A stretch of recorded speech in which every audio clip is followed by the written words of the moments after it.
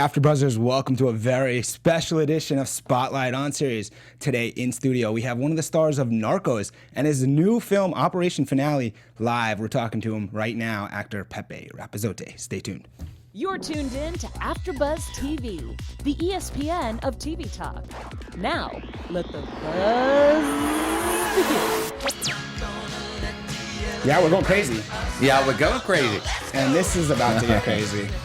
We chose that song because you were talking about it. Well, I've been a huge fan of Prince since forever, since I was probably 9, and that was 79 probably. And so it's crazy.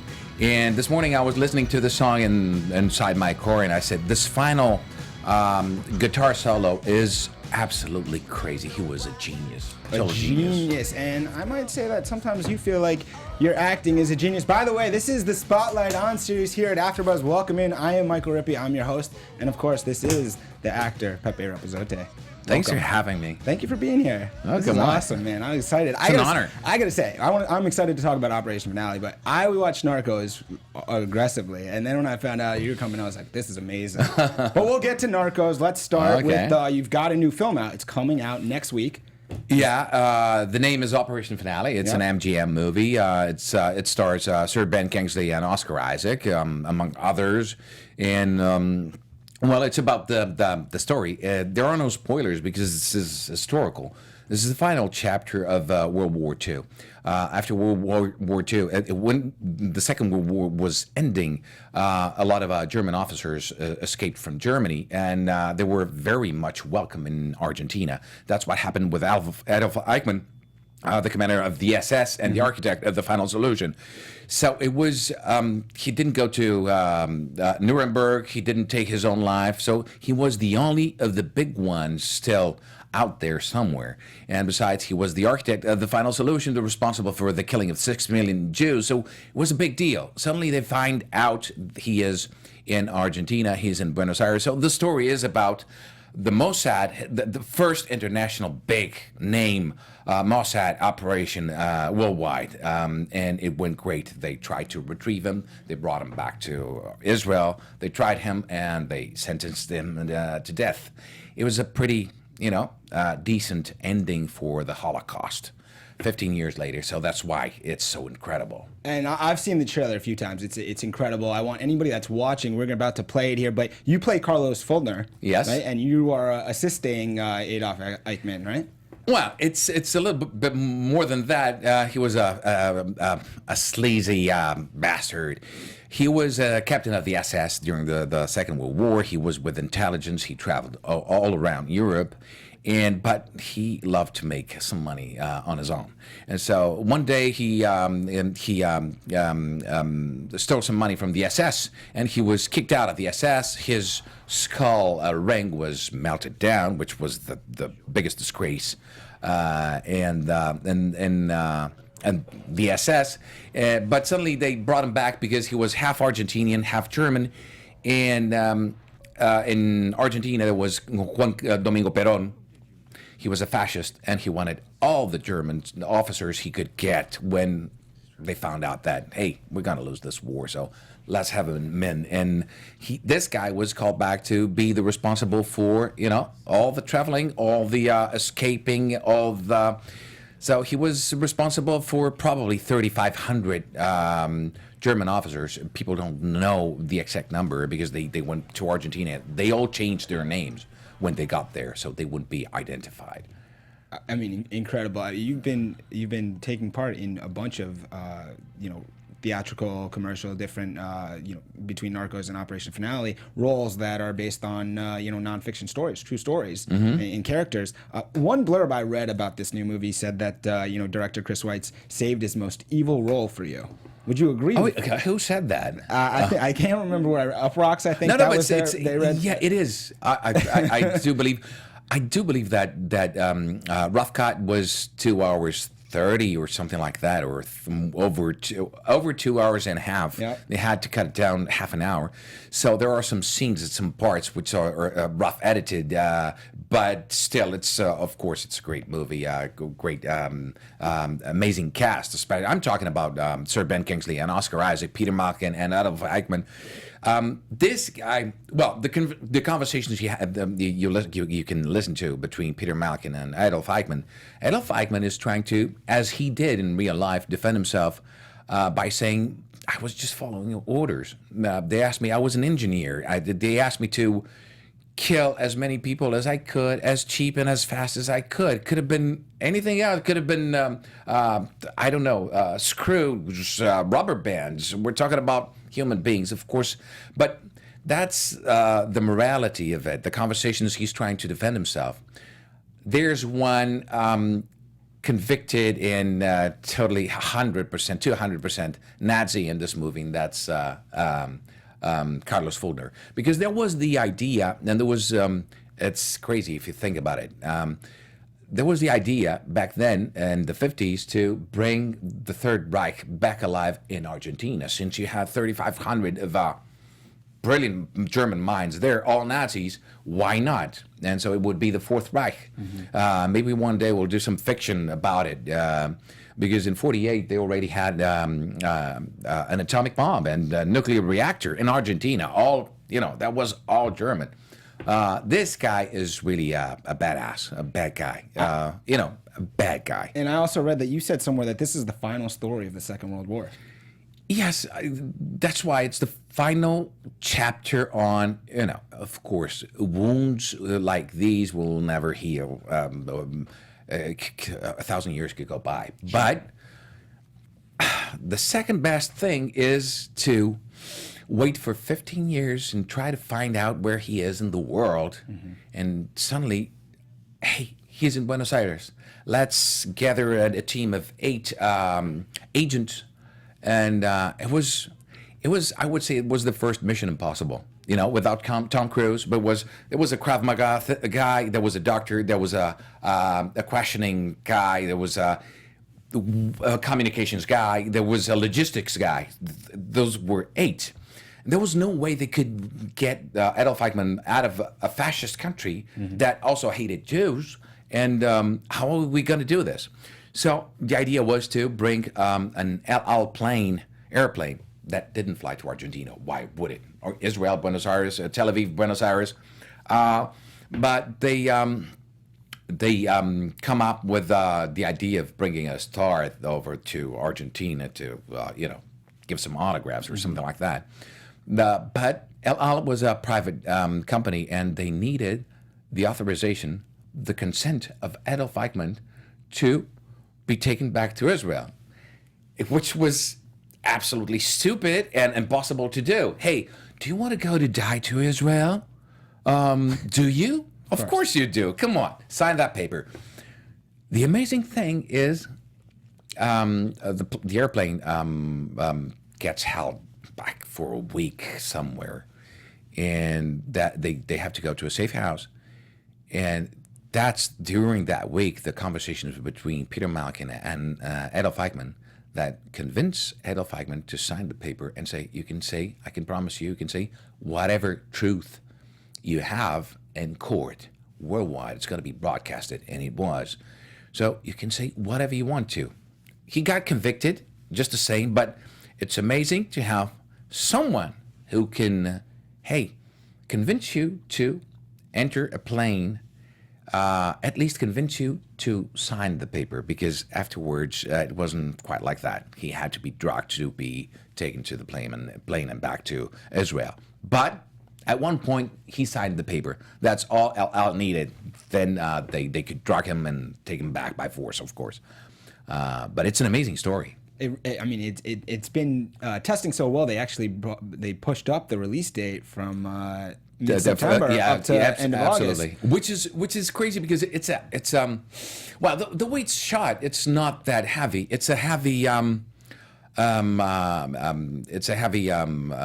matter, of course. We're talking about Adolf Eichmann, but the way it's shot and the story, and it has a little comedy and comic reliefs, and the Israelis, the actors were amazing. The team, the Mossad team, were amazing. So it's pretty light if you try to not to think about what's at stake here, right? So speaking of the film, were you shooting in Argentina the whole time? Buenos Aires and around, yes.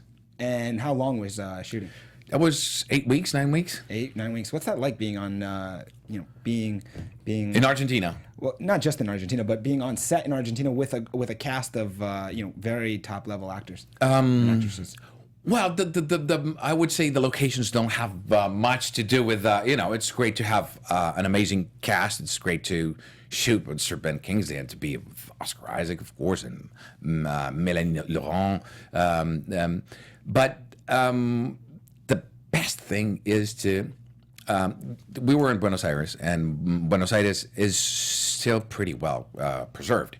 The British went there in the 19th century to build the second largest railroad in the world after the U.S., after the American, which is crazy. It was 36,000 kilometers long. You could go around the Earth, the perimeter, the equator.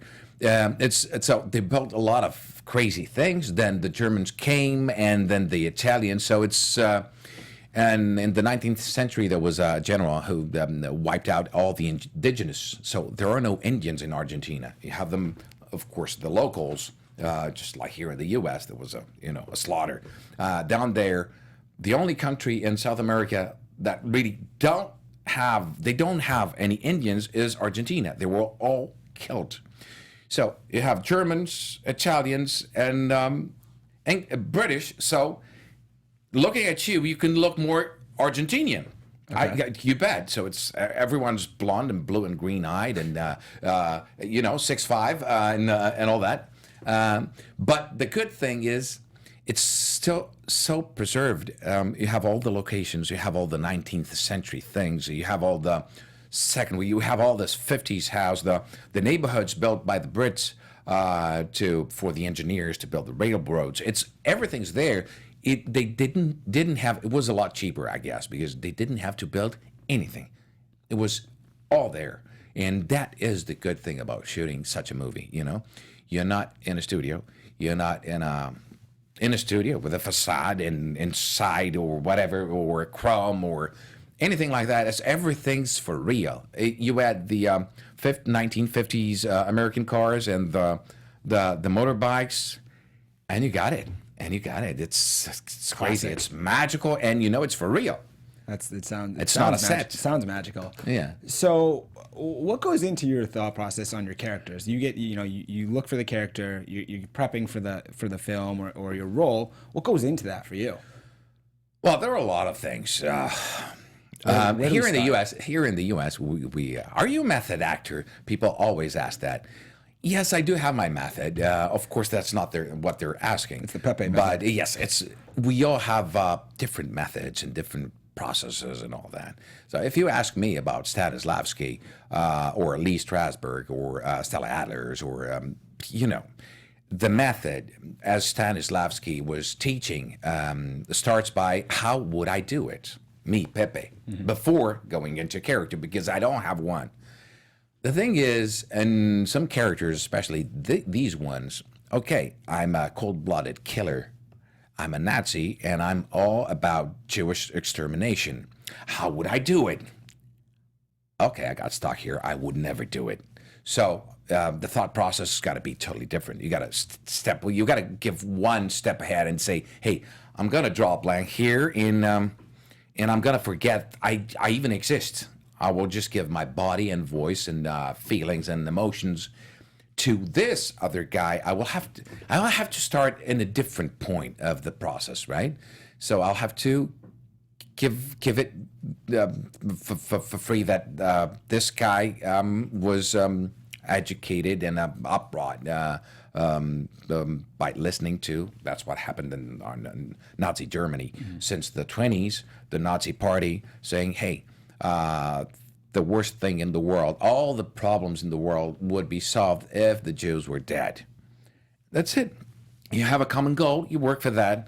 It could be something a lot prettier, right? And better. It could be something like everything would be solved if there was no war in the world. Okay, let's get around this goal. But no, it was the Jews. And so it's so easy to think that if you're a kid and you listen to this, one day it will be true, a lie told so many times becomes true one day, and that's what happens. And you can watch the speeches and Adolf Hitler's speeches on TV, So and you can go crazy just by. You know, the question is then, did you watch any of those speeches, or did you research your specific character? Because you're playing I researched character. my character. Right, you're yes. playing a character I that's researched a my real character. person. Yes, I researched my character. How'd you do that? There's a lot of things written about Carlos Fulner. So he was this badass Nazi, but wise guy as well. He was trying to make a buck for himself, but he believed in Nazism. But he went back to Argentina. He created this company called Capri. It was a temporary job agency. So every German officer coming to Argentina, he would give them a job and keep a fee for their wages. Totally, such a comeback, right? They say, "Hey, you want to work? Okay, I got a job for you. I'm gonna keep 20% of everything you make." Just like agents and managers in this business. Just kidding. And he went to become so rich that he even created the Fulner Bank. He had a bank, and he died in peace in '92 in Madrid, Spain. So some guys will go just they'll do anything and just escape whatever justice or divine justice. Well, divine justice, none of us will escape. But this was the guy. So I do think that at some point this ideology, this crazy ideology, was just one more tool for him to make a buck. Hey, I feel comfortable here. So 3,500 German officers are here. I brought them back here. So this will be where I make my money for sure. So I don't know how much of him was more Nazi than he actually was, or just a regular Nazi. I don't know what a regular Nazi is, but the thing is, in the movie, I have this very crazy speech full of hate, very Nazi. It was a little cut, edited, but it's powerful. It's in the beginning of the movie, and it sets the tone for who this guy is and what we're talking about. Let's not forget that in the end, although this is 15 years after World War II, people were still thinking about Nazism and well, it could be an option, especially in Argentina. And they were in charge. And this guy was in charge of some paramilitary forces. I could call the police to work for me for a while. I had the fascist youth, the Tacuaras. So it is somehow scary to think that, hey, this guy's running loose on the streets and he can do anything. Nothing will ever happen to him. They will protect him. So that's crazy. So this was the actual bad guy of the movie, at least out in the open, not like Adolf Eichmann, who was trying to... playing the character. Yes. Easy to separate when you leave the character on set, you go home and you're totally out of it, or you, speaking about your methods and stuff. I mean... Okay, that's I listen to that a lot. I don't want to insult anyone, but if you bring the character home, you're not doing your job right. That's what I think. Okay, you're gonna go crazy. You can do it. You're gonna go crazy, and there are some examples. But hey, you're gonna go crazy. You're not supposed to bring your character home. I wanted to do this short, which is a very simple one. Just me. This guy is on the passenger seat talking, hey, I don't want this to happen ever again, whatever, and you don't watch the driver. And suddenly when they're getting home, we shoot the driver, and it's me too. So I'm bringing a character home. Then you get home, and there are 15 people more. It's all me. You. And they're saying, shit, this is getting too tiny. I can't stand this motherfucker, and we should change. And I got to call the real estate agent. I need to move. It's already 19 people in this house. We can't just puzzle. It would be a short movie. And what's the title of your short movie? I don't know, but this would be the story. if you do that, you're gonna go crazy. You're gonna go crazy. I understand that. It's one thing. There are so. On the other hand, there are characters that are so powerful and so difficult and hard. And we know some examples we are thinking about while I'm talking, or at least I'm doing it. They are so hard to perform, and one of them won an Oscar. But they are so very hard that sometimes you feel the temptation to go home and say, hey, my work's not done yet. While I'm rehearsing and trying to build the character, I don't feel safe enough, so I'm going to take some homework. I'm going to bring some homework, and you start bathing like that character, eating like the character, sleeping like the character, even if you're good, dreaming like the character. And at one point, you're already gone to the other side, and it's going to be really hard to go back. But I do understand that, hey, I'm going to do the part of my life. You need to have that switch button next to you at all times. Separation. Just to break glass in case of emergencies. Just turn the switch off. So otherwise, it'll go crays. Sure. Okay. It's interesting. I mean, I speak to a lot of different actors, producers, and directors about this, and it's interesting to hear people's how they feel about it. You guys had the premiere for the movie recently.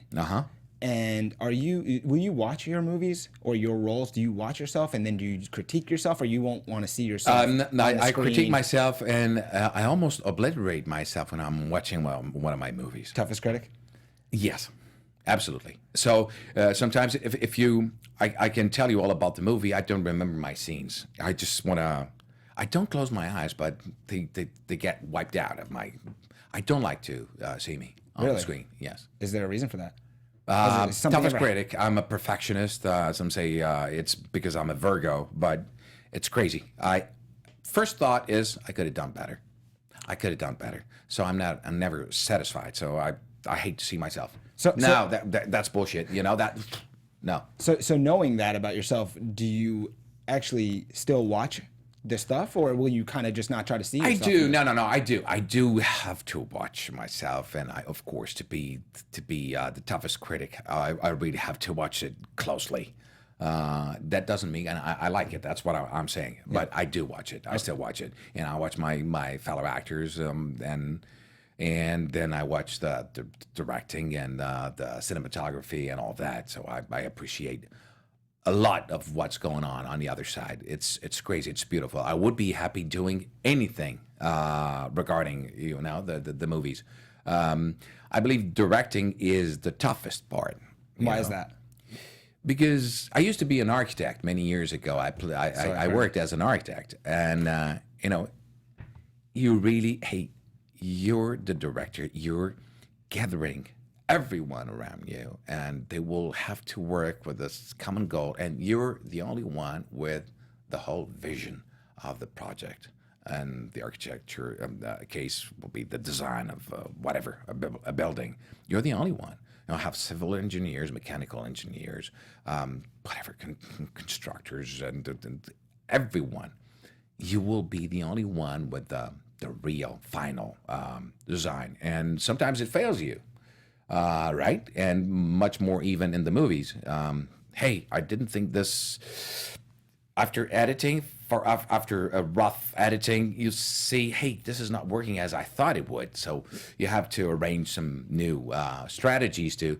So it's really hard to. I do believe that being a director is very, very, very tough. So that's as a tough critic of myself. Really hard for me to think about directing because, hey, this is because of me, and I'm the only responsible for this shit. I'm sorry about the French. One of the languages you speak. We'll get to that shortly. But speaking of being a former architect, I mean, you have a schooling in architecture. Yes. How does one go from being schooled in architecture to saying chance. You're going to create a new trade and go be an actor? By chance. I used to be an architect. I played music And one day I tried some theater classes, and then I loved it, and I started doing some amateur theater plays. And one day, a Portuguese scriptwriter, very famous one, he's already deceased, he came for a premiere, and after the premiere, he told me, wait for a phone call. 2 weeks later, he called me, and I was in my first TV show, and I never stopped after that. And I had to think to myself, hey, do you want to be an architect? Or, this is crazy, right? Because the first year and a half or 2 years, I went to Italy and France and Spain. And, wow, is it going to be like this? Yes, okay, let's leave the architecture aside and let's do this. Because it was really a great adventure. And it still is. And speaking of Italy and France, you speak 5 languages. Fluent in 5 languages? No, not fluent. Fluent in how many languages? I would say 4. L'italiano è un poco dimenticato. Non è facile. If you don't really practice continuously, although I have an app, and once in a while, for a couple of weeks, I go back to my advanced classes in Italian, Babel. I'm not advertising to anything, but Babel, which is a cool name for a company that teaches languages, right? Babel. Worst thing that can happen is you speak a little bit of everything. You don't know what you're saying, but they're cool. It's cool. The truth is, 2 years ago, exactly 2 years ago, I was on vacation with my family in Rome and Venice, and as soon as we got to Rome, we entered a cab to lead us to take us to the hotel. The cab driver asked me, "Sei di Napoli? Are you from Naples?" Yes, I still got it, because that used to be my main accent in Italian, which is a very lazy accent. It's a southern accent. The C's go to these. Le pizze sono ancora calde. It's calde means hot. Galde. It's everything flows a lot easier, and you forget. It happens with, for instance, the Spanish accents in the Caribbean, the Caribbean, the coast. It's all very much lazy. You start forgetting letters and syllables, and sometimes you say, "What did you say?" You cut words in half. You don't see the plurals. It's crazy, but it's beautiful because it's much more melodic. If you don't respect that mother language, mother tongue so much, you end up playing music with your tongue. It's so that's how beautiful it is. So for a second there, when you talked about getting into the cab in Rome, you brought back real nightmares for myself, because when I don't speak any other languages. I was in Rome, and I was just trying to get anybody to understand anything I was saying, and getting into a cab and getting places. And here, you can converse and get anywhere, and the 5 languages. You speak Portuguese, Spanish, French, Italian, and English. Yeah. Italian. Yeah. What's the first one? You're born.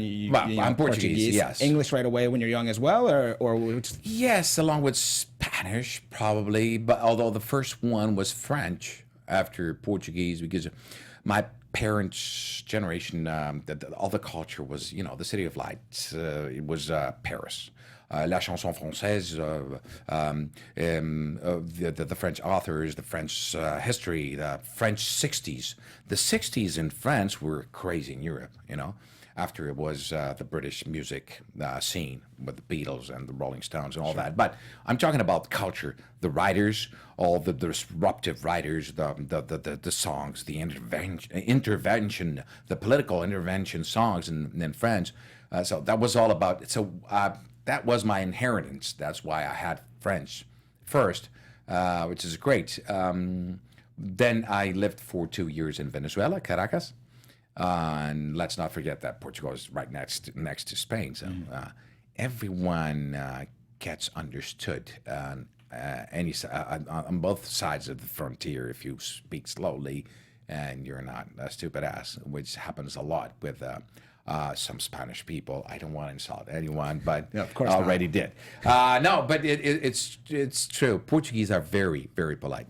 Hey, let me just say this about Lisbon in Portugal is very hip right now, right? Very trendy and all that. and there's one top 10 list of CNN about safety. Where are the safest places to travel on vacation? And Lisbon goes number 5, saying, but the Portuguese are too polite to be criminals. And I love that because it's true. On the other hand, if you go to Spain, Spanish are not polite. That's what I mean, okay?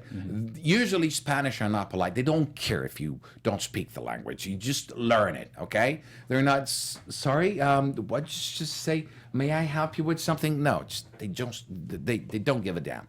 That's it. So that's how Portuguese feel. It's quite the opposite, right? You go to Portugal and I don't speak a word of English, but we'll understand each other. You spend most of your time in Lisbon? Is that where you have a home?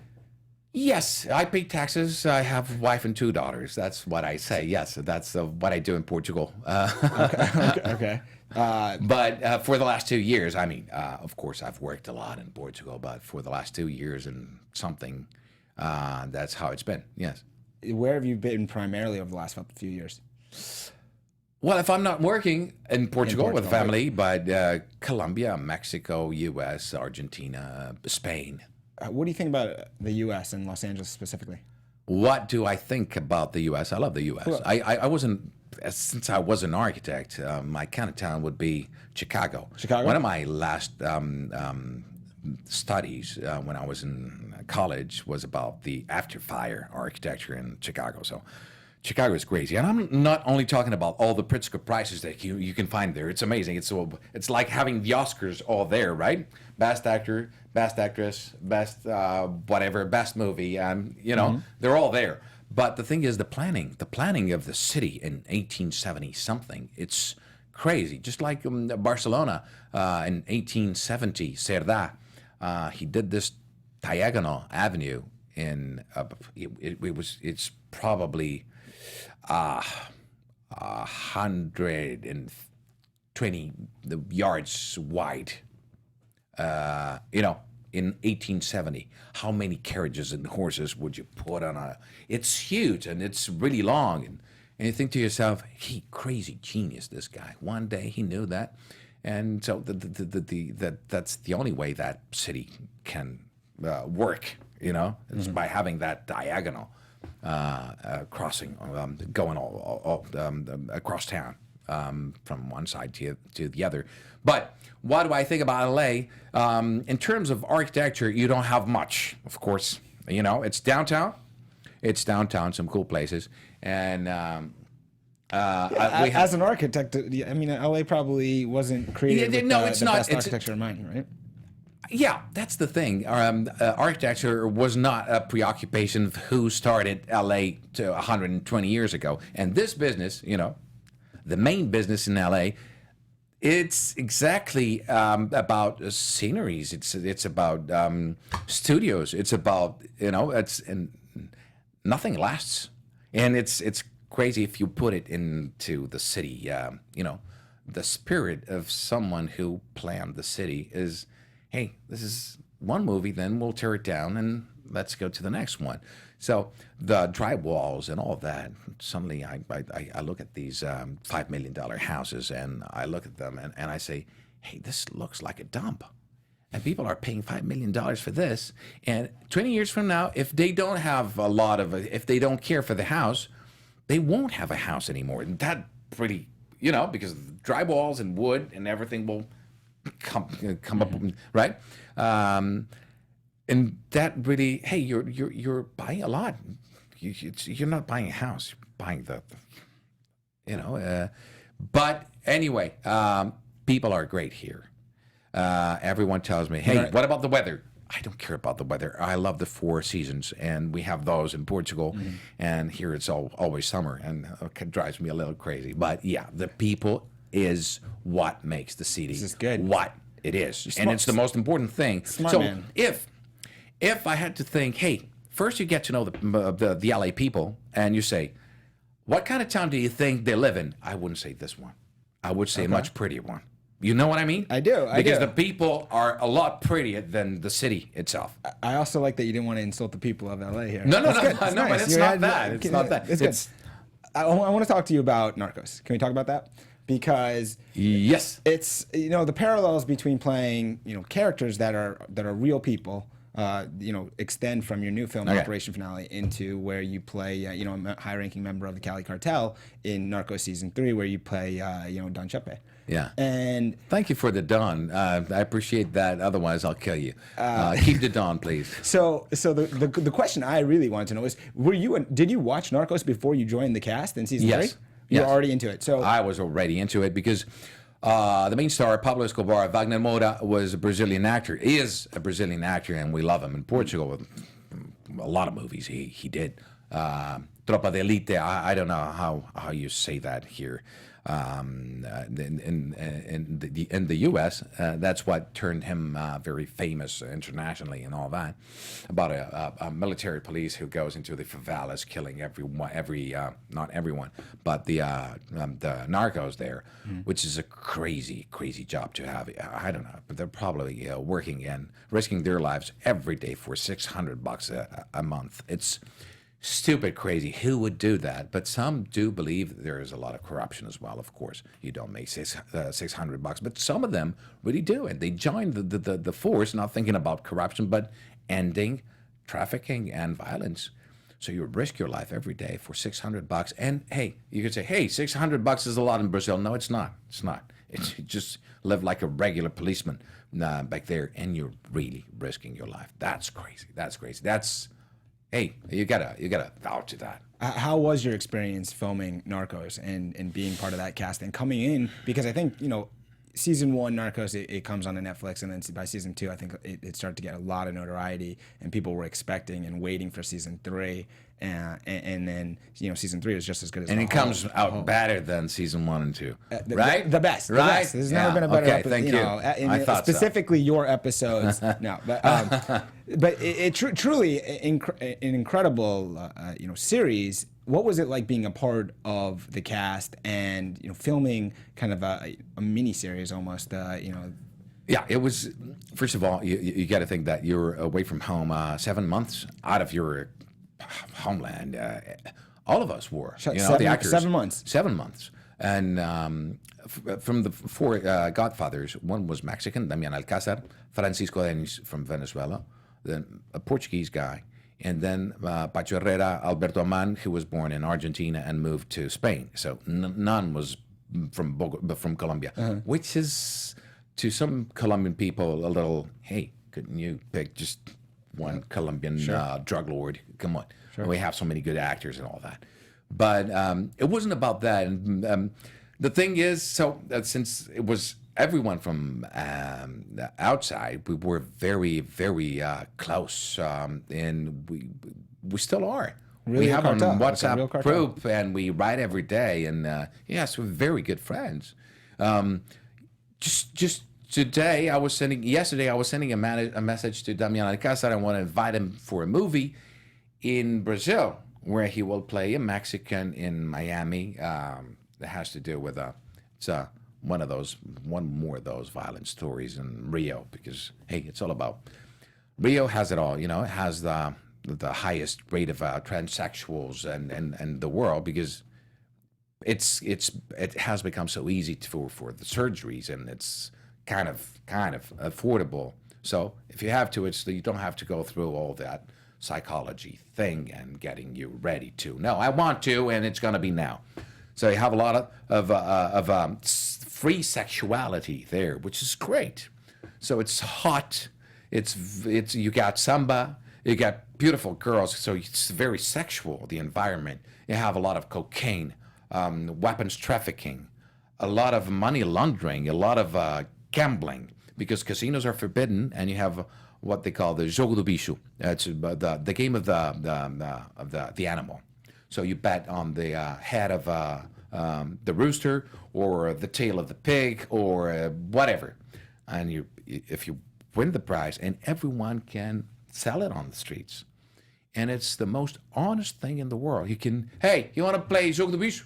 Yes, give me one rooster head, and you buy it. If you win it, you can be sure that you go back there and the money is there waiting for you, and you've probably never seen that guy in your life, and he's still standing there instead of running away with your money. It's amazing amongst it's honor amongst thieves. You know, it's So when you played, what were you gambling on? No, you're not gambling. When I play, Yeah, when you I play. don't play. I don't play that way. I don't gamble. But it's crazy, and this is a story about because it's everything is mixed together, right? You have jogo do bicho mixed with cocaine trafficking and weapons and sex slaves and all that. So, you know, it could be a good thing in between all these things, but no, it's not. It's not. Jogo do bicho, it's surrounded by crime as everything else in that town, which is crazy. So Narcos is a series. Oh, sorry. No, Yes, I got that's okay. I lost my. Operation Finale is a movie. You've done commercials. You've done TV. Do you have a preference? Oh, You know what I acting. mean? Just acting in any Acting. manner. Doesn't matter. No, yes, even commercials are amazing. Of course, the money is what drives us to commercials, but I love the fact that because that's where my perfectionism comes out the most. With commercials? Yes, because if you're telling a story and you have 45 seconds to tell that story, every frame will count. Everything has to be on. And as soon as you say cut, I think to myself, I had a millisecond there, I was disconnected. I want to do it again, you know, even if the director is, I'm okay with it. Okay is not enough. It's got to be brilliant, you know. And so sometimes you have to repeat it and focus 10 times, 20 times, 30 times, which is crazy. And that is an exercise of focus, concentration like no other, because you have to repeat it many times in a row. But anyway, theater. The theater stage, the fact that you can have an audience right in front of you, listening to it, breathing, Live. replying to you live. If it's silent, you're dead. You're already dead before you just want to. You just think to yourself, "Take me out of here." That's because you already lost it, and it's so. If you want to put it this way, it's a real-time thermometer of your acting. If you're doing it wrong, you will know it right away. You didn't get it from the audience. So if we could somehow be shooting TV and the movies with an audience, just feel it breathe, it would be a reassurance of how good or bad we were, and if we had to do it again, that would be perfect to have this kind of breathing. You know, here in the States, sometimes there are certain shows that they do live audience. I know, TV. but most of them comedies or entertainment, right? And you're not Sitcoms. I was going to ask you, you're not into comedies, are you? You're always into thrillers, I did a lot. drama, action. No. What are I you? did a lot of Batman? comedies. I do a lot of comedies, Don? just not here. But I do a lot of comedies. I love comedy. Okay. I really love comedy, and there are some American. The British humor is Britcom is amazing, and here in the U.S., you also have some crazy things. For instance, Modern Family is for me one of the best comedy shows in the world of all times, with an amazing cast, with amazing scripts. It's crazy, but I do love comedies. But going back to, I don't know if you finished Colombia already. I don't know. I was going back to Colombia. It was great to be able to run those streets, Bogota, Cali, and to get to know people who actually knew these guys, and to get the feedback from them saying, "Hey, you're doing it exactly like he was." I was told that once or twice. Because this guy, he knew he was in power, and he had a great sense of humor. And he was the kind of guy who would stand up in a restaurant when he realized that someone was looking at him. He got recognized, and, okay, I'm going to go there. We had a Why are you looking at me? I had a couple know? pictures of your character that I wanted to share with the audience, Steven, if you want to put those up. But yeah, I mean, you in Narcos for sure, you had the character where you were, underneath you're dark, but you could give off light from the outside. It's crazy. You can be, and it felt so right. I don't know. This Tell us how you really feel. It's a little stupid to say, but it felt so right to be to do such nasty things. That's why I think that it comes naturally, probably for many gangsters and Nazis and whomever who kill people and do nasty things.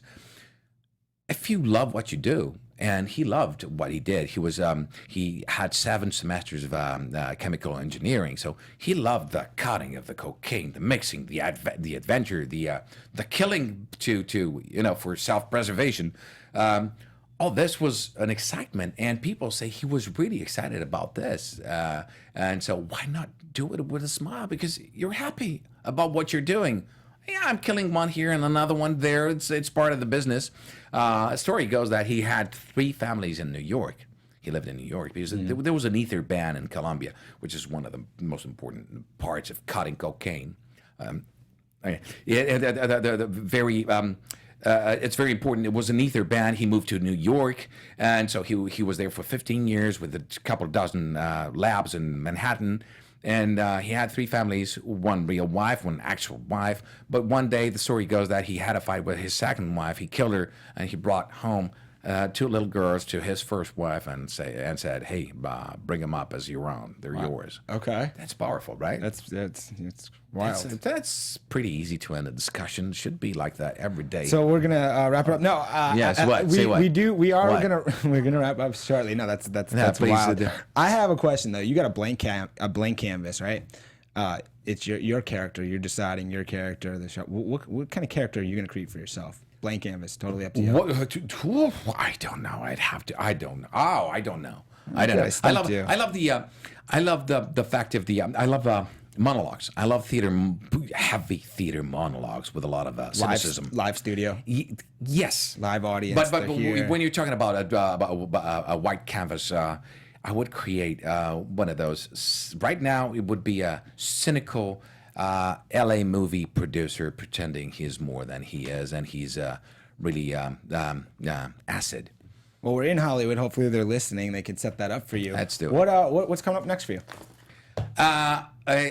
There's a lot of things going on. I'm pretty sure that 2019 will be a great year.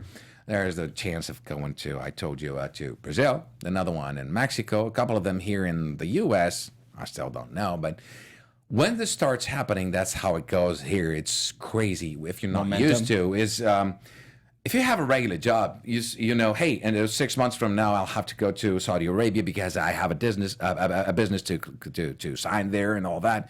Here, everything can change in a week. But the thing is, I have probably 10 things running around my mind, including being the fact of the fact that I'm now a business partner of a pizza factory in Spain. Okay. Yes, so I could be designing pizza places 4 weeks from now. Who knows? And your favorite, as an architect, favorite type of pizza is?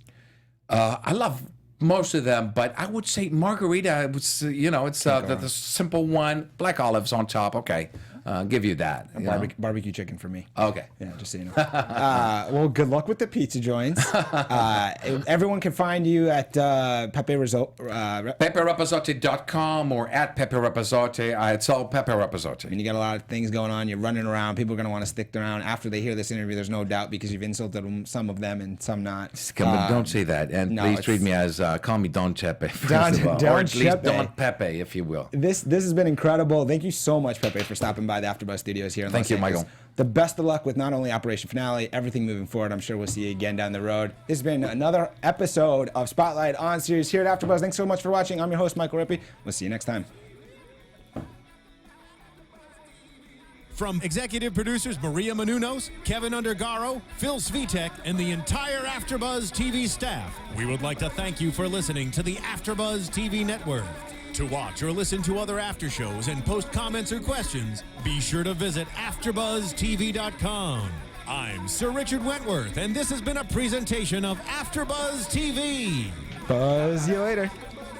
The views expressed herein are those of the hosts only and do not necessarily reflect the views of AfterBuzz TV or its owners or principals.